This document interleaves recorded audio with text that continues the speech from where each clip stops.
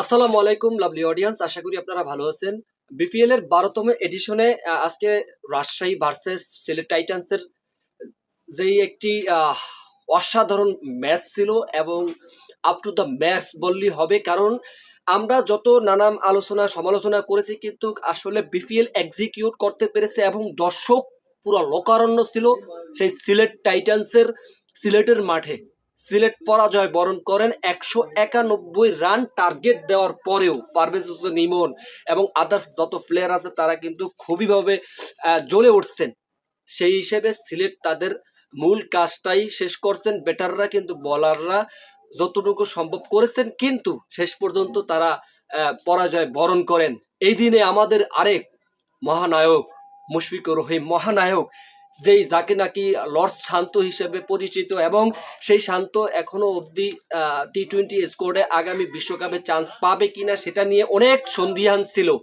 কিন্তু আজকে সেই শান্ত, নাজমুল হোসেন শান্ত নিজের বেস্টটা দিয়েছেন এবং মনের মতন খেলছেন। সত্যি কথা বলতে বিপিএল এর কেরিয়ার এরকম ইনিংস কখনো আমরা দেখি নাই শান্তর থেকে, এই প্রথমবারের মতো হয়তো দেখছি। তো যাকে নিয়ে আমরা অনেক ট্রল করেছিলাম এবং যাকে নেওয়ার কথা ছিল না, কোনো দল আগ্রহ করে নাই, নেগলেক্ট করলো একরকম, সেই মুশফিকুর রহিম তিনি এক্সিকিউট করতে পেরেছেন যে আমরা এখনো শেষ হয়ে যাই নাই। সেই মুশফিকুর রহিম চলে উঠছেন শান্তর সাথে। বাহ, অসাধারণ একটা খেলা দেখছিলাম।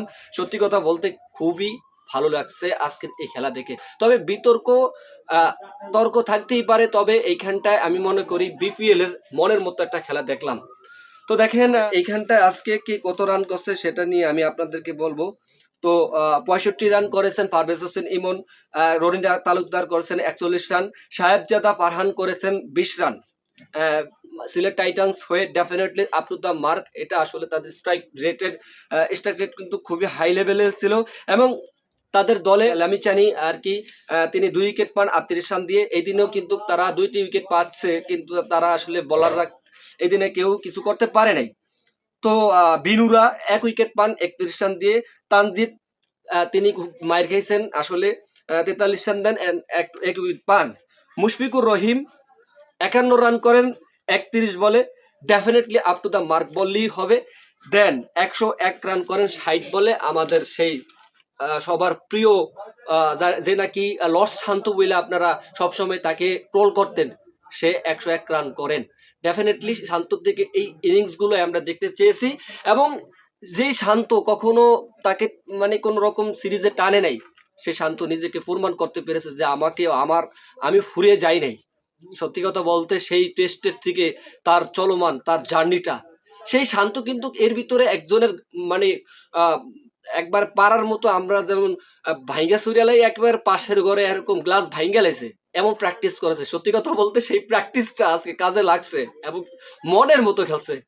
বাহ, অসাধারণ অসাধারণ এক ইনিংস, অসাধারণ এক বিপিএল, অসাধারণ। কনগ্রাচুলেশনস রাজশাহী ওয়ারিয়র্স, নাবিল গ্রুপের এই টিমটি সত্যি কথা বলতে স্ট্রং টিম আমি মনে করি।